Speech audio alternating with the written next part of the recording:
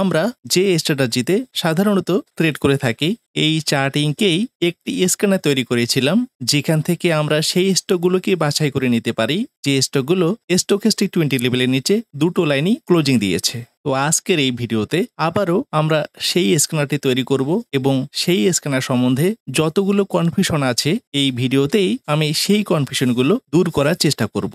তো নমস্কার, আমি মুকেশ, আবারও একটি নতুন ভিডিওতে আপনাকে স্বাগত। আপনি যদি আমাদের এই চ্যানেলে নতুন হয়ে থাকেন, চ্যানেলটি সাবস্ক্রাইব করে পাশের বেল আইকনে ক্লিক করে রাখবেন। তো প্রথমেই দেখে নেব আমরা এই চার্টিংকে কিভাবে আসব, মানে এই ওয়েবসাইটে আমরা কিভাবে এন্ট্রি করব।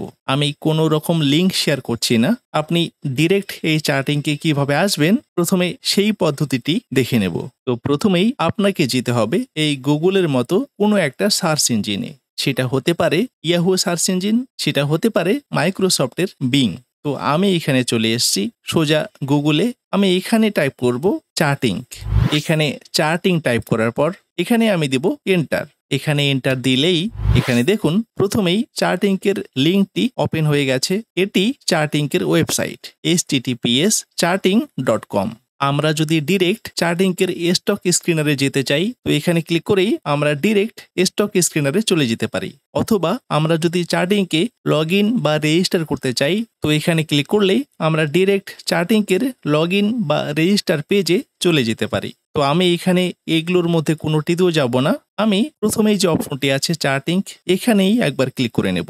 এখানে ক্লিক করলেই আমরা চার্টিংকের হোম পেজে চলে এসেছি, যেখানে দেখতে পাবো অ্যাটলাস, ড্যাশবোর্ড, স্ক্রিনার, তার নিচে ক্রিয়েট স্ক্যান, ওল্ড স্ক্যান, তারপর আছে চার্ট, তারপর আছে প্রিমিয়াম। আমি কোনো রকম চার্টিংকের প্রিমিয়াম ভার্সন ইউজ করি না, চার্টিংকে যে কাজগুলো করি সেটা ফ্রি ভার্সনেই, তাই আমরা এখানে কোনো রকম প্রিমিয়াম ভার্সন নিতে যাব না। তারপরে যে অপশনটা আছে সেটি লগ ইন অথবা রেজিস্টার। তো আমাদের এখানে প্রথমেই এই লগ ইন বা রেজিস্টার করে নিতে হবে। লগ ইন রেজিস্টার করার জন্য আপনার থাকতে হবে একটি ইমেল আইডি, আর সেই ইমেল আইডি দিয়ে আপনাকে প্রথমে রেজিস্টার করে নিতে হবে। কিন্তু যদি আপনার চার্টিংকে রেজিস্টার করাই থাকে তো যেই ইমেল আইডি দিয়ে আপনি চার্টিংকে রেজিস্টার করেছিলেন সেই ইমেল আইডি দিয়ে আপনাকে লগ ইন হতে হবে।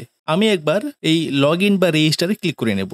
এখানে ক্লিক করলেই এখানে ইমেল আইডি এবং পাসওয়ার্ড চেয়েছে, মানে আমি যেহেতু চার্টিংকে অলরেডি রেজিস্টার করে ফেলেছি তাই আমি এখানে ইমেল আইডি এবং পাসওয়ার্ড দিলেই এখান থেকে লগ ইন হয়ে যাব। কিন্তু যদি আপনার চার্টিংকে রেজিস্টার করা না থাকে তো এখানে রেজিস্টার নাও ক্লিক করার পর ইমেল আইডি নাম দিয়ে রেজিস্টার করে নিতে পারেন। তো আমি এখানে আমার ইমেল আইডি এবং পাসওয়ার্ডটি দিয়ে নেব।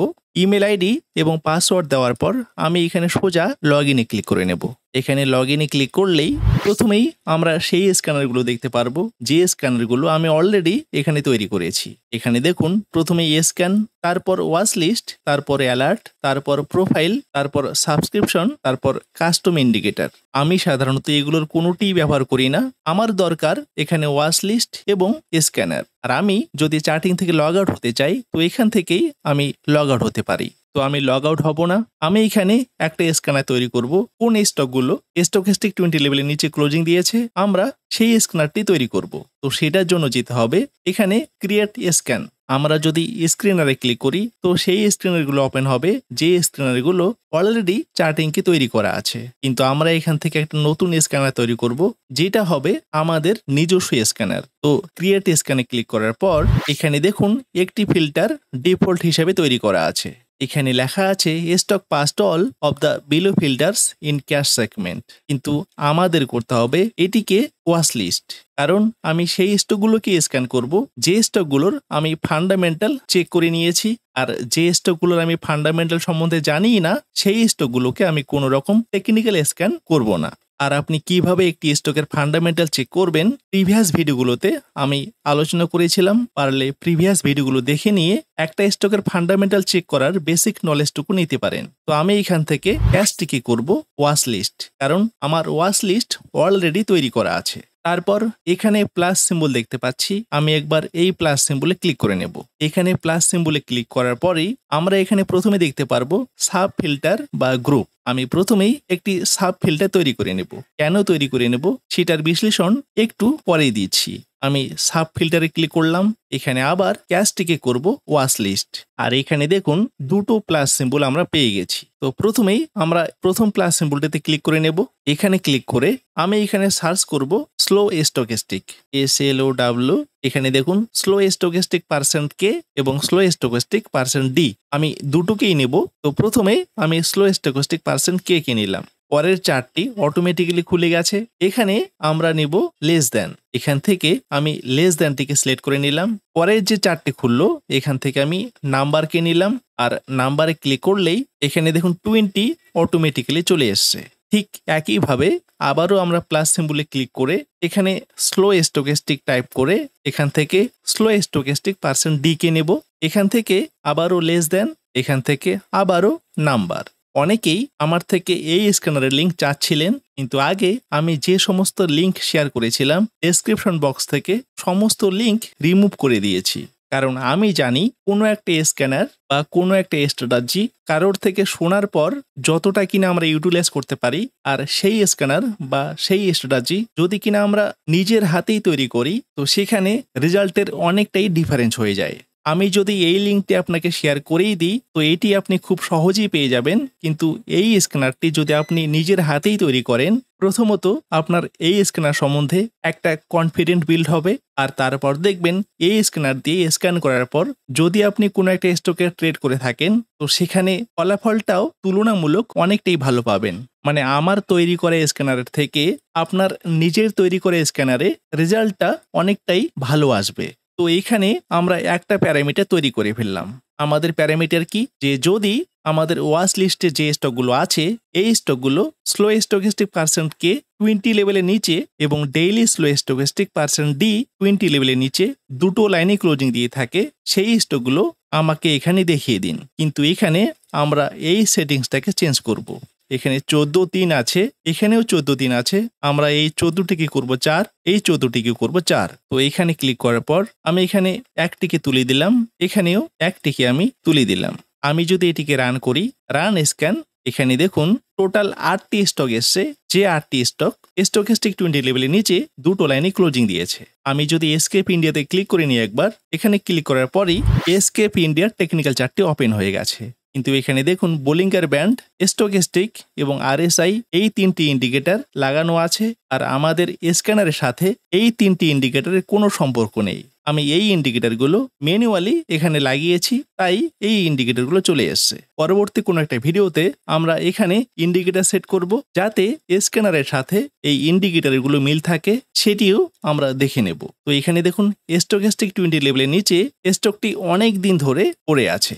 আর যে স্টকটিকে নিয়ে আমি প্রিভিয়াস কোনো ভিডিওতে আলোচনা করেছিলাম। তো যাই হোক, আমরা এখানে কিন্তু একটা প্যারামিটার লাগিয়েছি, কিন্তু এখানে আরও কাজ বাকি আছে। এখানে আমরা আরও একটা প্যারামিটার লাগাবো, সেটি বোলিঙ্গার ব্যান্ড। এখন আমি এই দ্বিতীয় প্লাস সিম্বলটিতে ক্লিক করব। এখানে ক্লিক করার পর আমি এখানে প্রথমেই সাব ফিল্টারে একবার ক্লিক করে নেব। সাব ফিল্টারে ক্লিক করলেই এখানে আর একটা সাব ফিল্টার তৈরি হয়ে গেল, যেখানে আগের মতোই stock past all of the below filters in cash segment. আমরা প্রথমেই এই ক্যাশ সেগমেন্টে করব ওয়াচ লিস্ট। তো এখানে ক্লিক করার পর আমি এটিকে করে নিচ্ছি ওয়াচ লিস্ট। এখানে আরও দুটো প্লাস সিম্বল আছে। আমি এখান থেকে প্রথম প্লাস সিম্বলে ক্লিক করার পরেই এখানে আমরা সার্চ করব বোলিঙ্গার ব্যান্ড, POL। এখানে দেখুন upper Bollinger band, lower Bollinger band এবং বোলিঙ্গার ব্যান্ড % B। আমরা এই 3টি থেকে সিলেক্ট করে নেব লোয়ার বোলিঙ্গার ব্যান্ড, কারণ আমাদের দরকার লোয়ার বোলিঙ্গার ব্যান্ড। যে স্টকটি লোয়ার বোলিঙ্গার ব্যান্ডের নিচে ক্লোজিং দিয়েছে আমাদের সেই স্টকটি চাই। তাই লোয়ার বোলিঙ্গার ব্যান্ডে ক্লিক করার পরেই আমরা এখান থেকে সিলেক্ট করে নেব লেস দ্যান, এখানে নাম্বার। তো আমাদের স্ক্যানার মোটামুটি কমপ্লিট, কিন্তু এখানে একটি কনফিউশন আছে। সেই কনফিউশনটি কি, আমি এবারে সেটা নিয়ে আলোচনা করার চেষ্টা করব। প্রথমত আমাদের সেই স্টকগুলো চাই যে স্টকগুলো স্টকেস্টিক 20 লেভেলের নিচে ক্লোজিং দিয়েছে। আর দ্বিতীয়ত আমার সেই স্টকগুলো চাই যে স্টকগুলো স্টকেস্টিক 20 লেভেলের নিচে ক্লোজিং দিয়েছে এবং ডেইলি লোয়ার বোলিঙ্গার ব্যান্ডের নিচে ক্লোজিং দিয়েছে। আমি প্রথমে এখানে রান স্ক্যানে ক্লিক করেই দেখে নেব। এখানে রান স্ক্যানে ক্লিক করলাম। এখানে দেখুন কোনো স্টকই নেই যে আমাদের এই দুটো প্যারামিটার ম্যাচ করেছে। কিন্তু আমি যদি এখানে বোলিঙ্গার ব্যান্ডের প্যারামিটারটিকে বন্ধ করে দিই, তাহলে কিন্তু নিচে আমরা অনেকগুলো স্টকই পাবো যে স্টকগুলো স্টকেস্টিক 20 লেভেলের নিচে দুটো লাইনে ক্লোজিং দিয়েছে। তো কিভাবে করব সেটা? আমি যদি সিম্পলি এই সুইচটিকে অফ করে দিই তাহলেই কিন্তু এই প্যারামিটারটি অফ হয়ে যাবে। আমি একবার সেটাই করে নেব। এই সুইচটিকে আমি এখানে অফ করে দিলাম। এই প্যারামিটারটি দেখুন এখানে কিন্তু হাইড হয়ে গেছে আর এটি এখন কাজ করবে না। এখন যদি আমরা রান স্ক্যানে ক্লিক করি, রান স্ক্যান, এখানে দেখুন টোটাল 8টি স্টক আছে। যে 8টি স্টক স্টকেস্টিক 20 লেভেলের নিচে দুটো লাইনে ক্লোজিং দিয়েছে। আমি একটা উদাহরণই দেখে নেব। আমি এখানে প্রথমে বোলিঙ্গার ব্যান্ডের প্যারামিটারটিকে বন্ধ করে দেব। এখানে বন্ধ করে দেওয়ার পর রান স্ক্যান, এবারে নিচে গিয়ে ব্যাক টেস্ট রেজাল্টগুলো দেখে নেওয়ার চেষ্টা করব। এখানে দেখুন 28শে জুন আমি যদি এই ক্যান্ডেলটিতে ক্লিক করি একবার, এখানে ক্লিক করলেই 28 তারিখ কোন কোন স্টকগুলো শুধুমাত্র স্টকেস্টিক 20 লেভেলের নিচে ক্লোজিং দিয়েছে আমরা সেটাই এখান থেকে দেখতে পাবো। তো নিচে গিয়ে দেখে নেওয়ার চেষ্টা করব। এখানে দেখুন GICRE, এটি কিন্তু শুধুমাত্র স্টকেস্টিক 20 লেভেলের নিচে ক্লোজিং দিয়েছে, বোলিঙ্গার লোয়ার ব্যান্ডের নিচে কিন্তু ক্লোজিং দেয়নি। আর সেজন্যই আমরা আমাদের স্ক্যানারে এই প্যারামিটারটিকে অফ করে দিয়ে রান করেছি। কিন্তু যদি আমাদের এই প্যারামিটারটি চালু থাকতো তাহলে কিন্তু আমরা সেই স্টকটি পেতাম না যে স্টকটি থেকে আমি গতকালকেই প্রফিট জেনারেট করেছি। একবার দেখিয়ে নেওয়া যাক।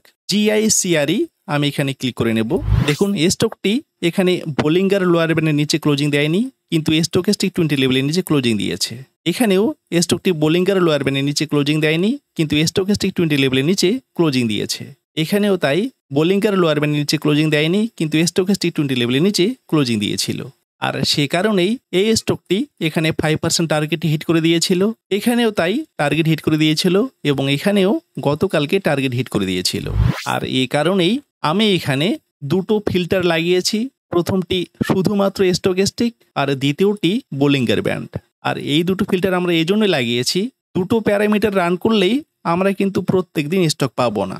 আমি যদি এখানে রান স্ক্যানে ক্লিক করি, যদি নিচে যাই, এখানে দেখুন ব্যাক টেস্ট রেজাল্ট যদি আমরা দেখি, এই দিনগুলো একদম ফাঁকা। আর এই দিনগুলোতে শুধুমাত্র একটি করে স্টক ছিল, যে স্টকগুলো দুটো প্যারামিটারই ম্যাচ করেছিল। তো এতগুলো দিন তো আমরা বসে থাকতে পারি না, এতগুলো দিন কি আমরা বসে থাকতে পারি? আর সেজন্যই আমরা প্রথমে দেখে নেব দুটো প্যারামিটার রান করার পর কোনো স্টক স্টকেস্টিক 20 লেভেলের নিচে এবং বোলিঙ্গার লোয়ার ব্যান্ডের নিচে ক্লোজিং দিয়েছে কিনা। দুটো প্যারামিটার রান করার পর যদি আমরা কোনো একটা স্টক খুঁজে না পাই, তো পরের প্যারামিটারটি আমরা এখানে বন্ধ করে দিতে পারি। এই প্যারামিটারটি বন্ধ করে দিয়ে রান করে দেখে নেব যে এখান থেকে আমাদের কোনো পছন্দের স্টক আছে কিনা, যে স্টকটি শুধুমাত্র স্টকেস্টিক 20 লেভেলের নিচে ক্লোজিং দিয়েছে। আর আমি সে কারণেই প্রত্যেক দিন এই দুটো প্যারামিটারই রান করি। প্রথমে দুটো প্যারামিটার একসাথেই, তারপর এই প্যারামিটারটিকে বন্ধ করে দিয়ে শুধু এই প্যারামিটারটিকে দেখে নেই। কারণ আমরা প্রথম দিকে শুধুমাত্র স্টকেস্টিক 20 লেভেলের নিচে ক্লোজিং দিয়েছে এমন স্টকগুলোতেই ট্রেড করেছিলাম, কিন্তু তার পরবর্তীকালে সংযোজন করেছিলাম এখানে বোলিঙ্গার লোয়ার ব্যান্ড। তো যাই হোক, আশা করি সমস্ত রকম কনফিউশন ক্লিয়ার করতে পেরেছি। ভিডিওটি যদি ভালো লাগে লাইক ও শেয়ার করবেন, কমেন্ট বক্সে আপনার মতামত জানাবেন। দেখা হচ্ছে নেক্সট ভিডিওতে। ধন্যবাদ, ভালো থাকবেন।